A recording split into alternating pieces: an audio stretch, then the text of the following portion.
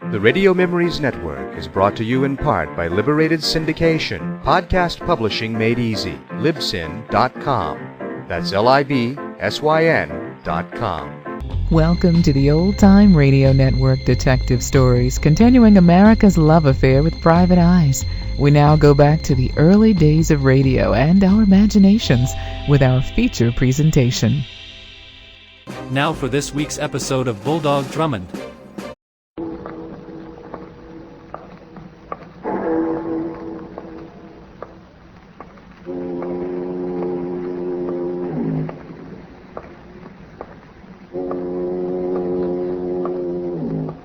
Out of the fog, out of the night, and into his American adventures comes Bulldog Drummond.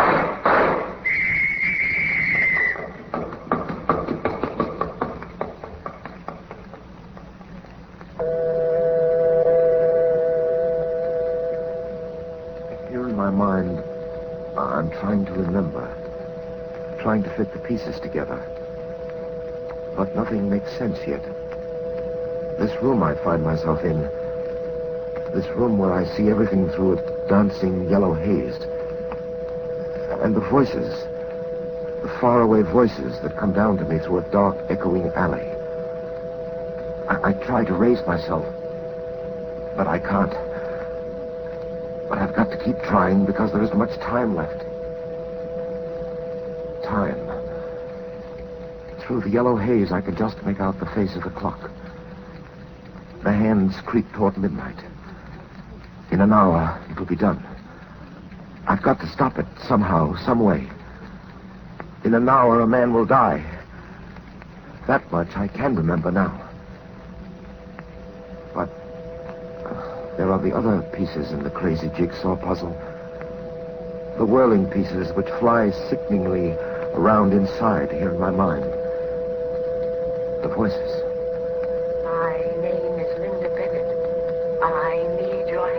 That voice, that's one. My name is Linda Bennett. I need your help. Linda Bennett. Linda Bennett.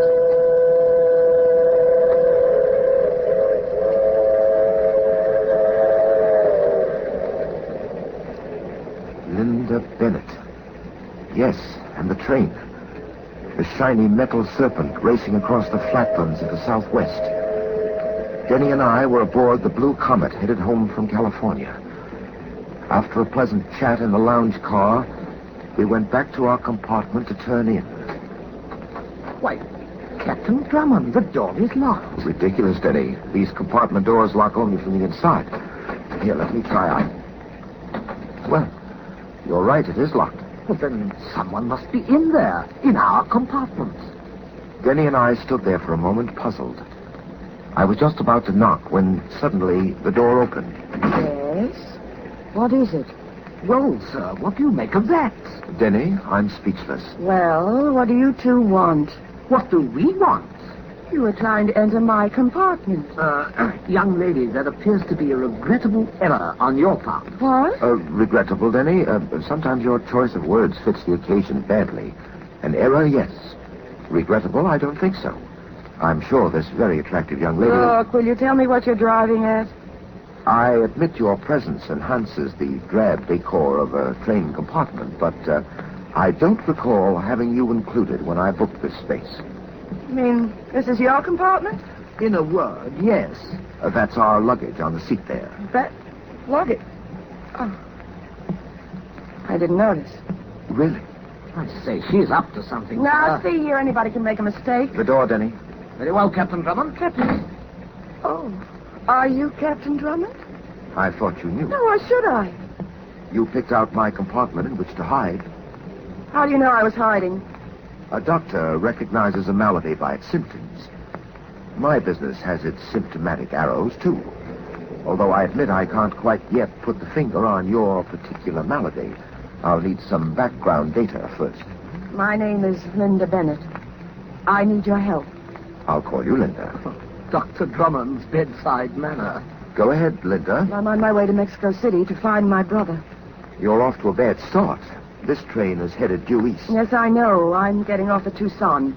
I'm flying from Tucson to Mexico. I was going to take the plane from Los Angeles, but he followed me to the ticket office, so I had to change my plans. And who is he? Well, I don't know who he is or what his name is, but I think he's the same one who spoke to me on the phone.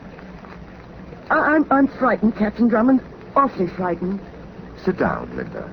Sit right here. No, I've got to find Robert. I've got to find out what's happened to my brother. All right, I'll help you. I'll do whatever I can. Thank you, Captain Drummond. Thank you. But, you could do something for me right now. What? Here. Take this envelope. It's addressed to a general delivery number in Mexico City. Yes. What's in the envelope, Miss Bennett? A note to my brother telling him I'm coming there and where he can meet me. You see, he warned me not to come. In his last letter, he told me to send all my mail to that post office box number. He said he wouldn't be able to answer me, but that he'd get all my messages. Captain Drummond, I want you to mail that letter for me at the next stop. If I get off the train before Tucson, I may never get to Mexico City alive. The man who followed you about in Los Angeles? Yes. He's on this train. I saw him. Where? When? Well, I was returning to my compartment from the ladies' lounge. When I opened the door, he was sitting there. I turned and ran through the cars. Then I tried this door. It was open. I locked myself in, and then you came. What's your compartment number? 21, car C. 21, car C. Denny, you stay here with her. Oh, Captain Drummond, wait. Yes? Please. You'd better not go there. Why not? I'm anxious to have a chat with your pursuer. No, you better not go. He was sitting there with a gun in his hand. He'll think it's me, and when you open that door, he'll kill you.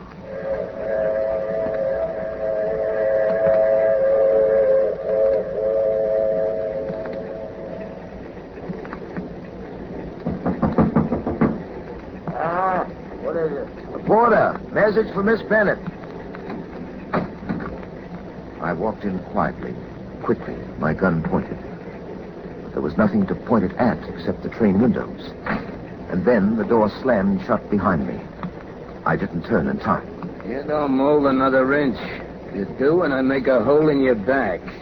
That was rather a clumsy entrance I made, wasn't it? Yeah, sort of.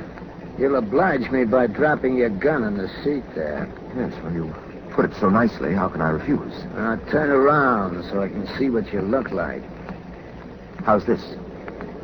You don't look stupid. My actions are deceiving. Sit down. Go ahead, sit down on that seat opposite. Thank you. We'll have a talk.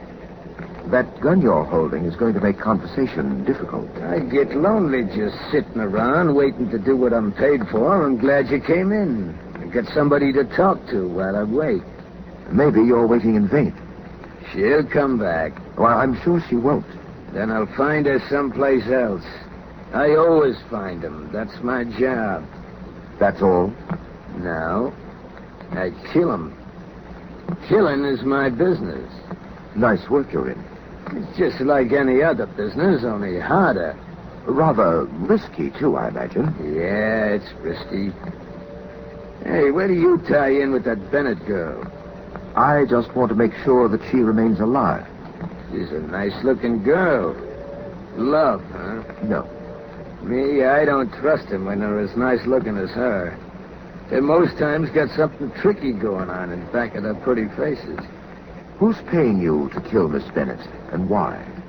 You're a good guy to talk to. You seem to understand. I'd like to tell you because you're such a good guy, but you know how it is. Yes, your secrets of the trade. Yeah, that's it. Sorry. Well, as long as she ain't coming back, I better get going. You tell her something for me, will you? You tell her she can expect me anywhere along the line between here and Mexico City. Now, get up. Face the window. That's it. You a fiery horse right with the speed of light, a cloud of dust, and a hearty hi-yo You take silver. my advice. The Count Lone to 10 Ranger. before you come out of this compartment. It's nice talking to you. So long. I didn't take his advice about the counting. I pulled open the compartment door and rushed out to the corridor. And then I stopped. This is the legend of a The man corridor and a was empty. horse, and how they The met. man whose business The was story killing of the had Lone disappeared. Ranger and his great horse, Silver. A killer was on that train. A confessed, cold, businesslike murder.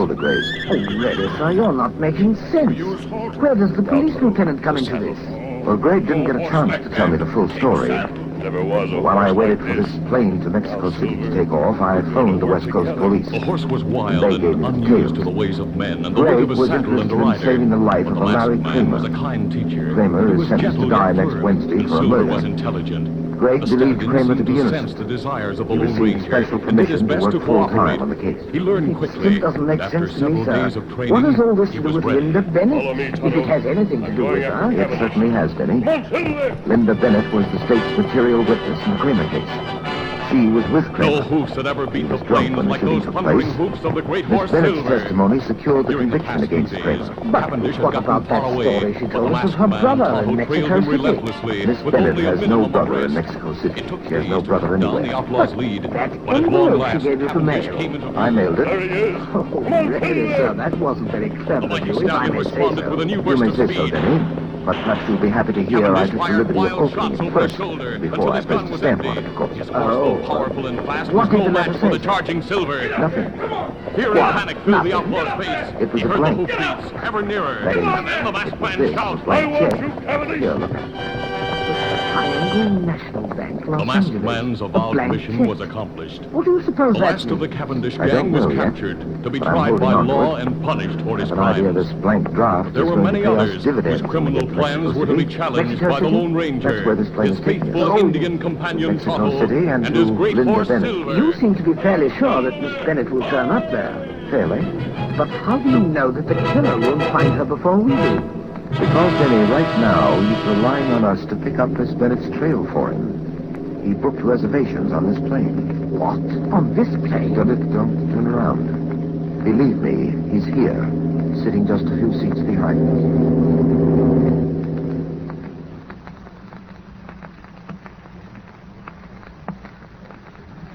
Denny and I went to the Mexico City post office. As usual, the killer came along. Denny had his instructions. I watched him walk across the concourse and take his station near the general delivery boxes. I stopped at one of the writing tables and waited. I could see my friend the killer leaning against a pillar near the main entrance to the post office. He looked properly confused. We all waited, Denny, he and I. Less than an hour passed when it happened. Box 41 was opened. The blonde young lady drew out an envelope, closed the box, and walked away. The young lady was Linda Bennett. She looked even more attractive with her hair dyed blonde. Denny followed after her, and after Denny, the ever-present pursuer. I took my place at the end of the line. I beg your pardon. Okay, it is my fault, senor. Senor, you are leaving. Sorry, I'm in a bit of a hurry. You do not give me an opportunity to apologize, senor. It's quite all right. My name, senor, is Dolores. A very pretty name. You do not go that way, senor. What? You turn. We go through the side door, this way. The car is waiting. The car? What are you talking about? You come the way I say. I have in my pocket a gun. You come with me, senor, or I will kill you right here. Senor, you will get into the car. As I stepped into the car, I saw a shiny object flash past my eyes. And then all the world fell in on me. Oh. Here in my mind, I'm trying to remember, trying to fit the pieces together. And now, they're together. On my face, I can smell the sharp odor of chloroform. Now I see the clock clearly, 20 after 11. At 12, Kramer will die. 40 minutes to save a man's life. I've got to get out of here. Senor, you are awake. As she bent down to place the chloroform cloth to my face, I reached out and grasped her arm. Oh, my arm, let go my Then, with all the might left in me, I clenched my fist and then I set it on his mission. I rushed across the room to the door, opened it, and walked out into the night. I never knew fresh air could smell so good. A few yards from the house, I saw the black sedan. I got into the car, switched on the ignition, slammed the car into gear, and cut into the darkness ahead.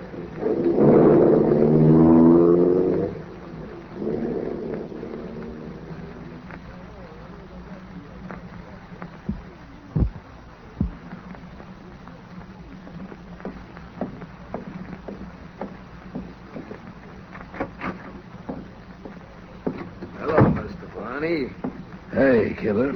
Al told me you just got back to town. I got good news for you, Mr. Barney. Good news, here. That's why I came back to Mexico City. Where's the Bennett dame? Outside? Hey, what about the character you picked up with her? He's Drummond's boy. They're both outside with Steve. What about Drummond?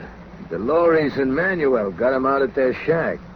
All the eggs in one basket, eh, Killer? That's right, Mr. Varney. By the way, Steve took care of that Los Angeles cop Greg for you on the train. Yeah. Al told me. You can bring that Bennett doll in now, Killer. What about Denny? I got nothing to say to him. Okay, Steve. Mr. Varney wants to see you. Come on, sweet face. This way. Here she is, Mr. Varney. Hello, Linda. That's my baby. Ain't you glad to see Chris Varney again? She don't look like she's glad, Mr. Varney. That's funny. I hear she's been breaking her neck to locate me. That right, Linda? You sure played me for a sap, Varney. I went down the line for you. I did everything just as you wanted it. I lied my tongue out on that witness stand. I got that conviction against Larry Kramer for you. That's right, Linda. Those smart words of yours built a neat frame around Kramer. The neatest frame I ever saw. I showed you my appreciation, didn't I? You got my check for $10,000. I wrote it out for you, nice and clear. 10 G's. That's what it said, didn't it? It said nothing. When I looked at it the next morning, it was blank. Blank? What do you know about that, Killer? That's tough. You wrote that check with disappearing ink, Chris. That was a dirty, rotten trick to pull. You should have complained to the cops, Linda. All right. Go ahead. Have your fun. Have a good laugh. Here's something else to laugh about, but maybe it won't be so funny. 5 minutes to 12, Killer. 5 minutes until You the listen goal. to me, Chris, because I'm not finished. You're making that $10,000 good. Because if you don't, the police back on the coast are going to hear the real story. Mexico City is a long way from the coast. A long way. Yeah, I thought of that too, Chris. I gave an envelope to my roommate, Dolly Wilson. Nice kid, Dolly. And that envelope's got the whole story in it. If anything happens to me, Dolly turns that envelope over to the district attorney. A real nice kid, Dolly. It's too bad. Too bad Steve had to smash in that pretty face of hers. What? She tried to hold off from him. But how much plastering can a dame take in the face? This the envelope you're talking about, Linda? You've got it. Yeah, I got it, baby. I got everything I want. Killer. Yeah, Mr. Varney? You can take care of Drummond's boy now. What about her? She's next. Then you go out to the shack to take care of Drummond. Go ahead, Killer, get started. Okay, Mr. Varney. Sit down, Linda. You got a little time until Killer gets to you. Sit down and enjoy the sound of this. Cigarette, Linda? 2 shots. Killer must be losing his touch. Sure you don't want to smoke, Linda? Okay, Killer, you can take her now. She's getting to be rotten company. Bonnie, maybe I can stir your interest. Oh, Captain Drummond. Your trigger man is a bit indisposed, Bonnie. Yes, those shots you heard were directed at him. Captain Drummond, as you see, won the argument. Captain Drummond, I was next. He was going to kill me next. Well, if for only one reason, I'm glad he didn't get around to you. The state of California is eagerly awaiting your arrival, Miss Bennett, as a material witness in a new murder trial and the exoneration of Larry Kramer. Sir. What is it, Denny? Look, sir, that clock is past midnight. Kramer, it's too late. No, Denny, it's not too late. Before I arrived here at Varney's place, I got a call through to the warden at the state prison. You got a stay of execution? Yes. I promised new and revealing evidence in the case against Larry Kramer. Well, sir, shall we wrap up the evidence and take it along? By all means. Oh, Captain Drummond, just one more thing. Yes? I know mine is not the reason why, but how did you ever get here, sir? How did you know where to come? That blank check of Miss Bennett's. What about it? It wasn't really blank at all. I dipped it in a solution of lemon juice this morning. Lemon juice? Yes. The acids in the juice have the happy faculty of causing disappearing ink to make a reappearance. The check was for $10,000 made out to Linda Bennett and signed by Chris Varney. It wasn't difficult to find Varney's residence here in Mexico City.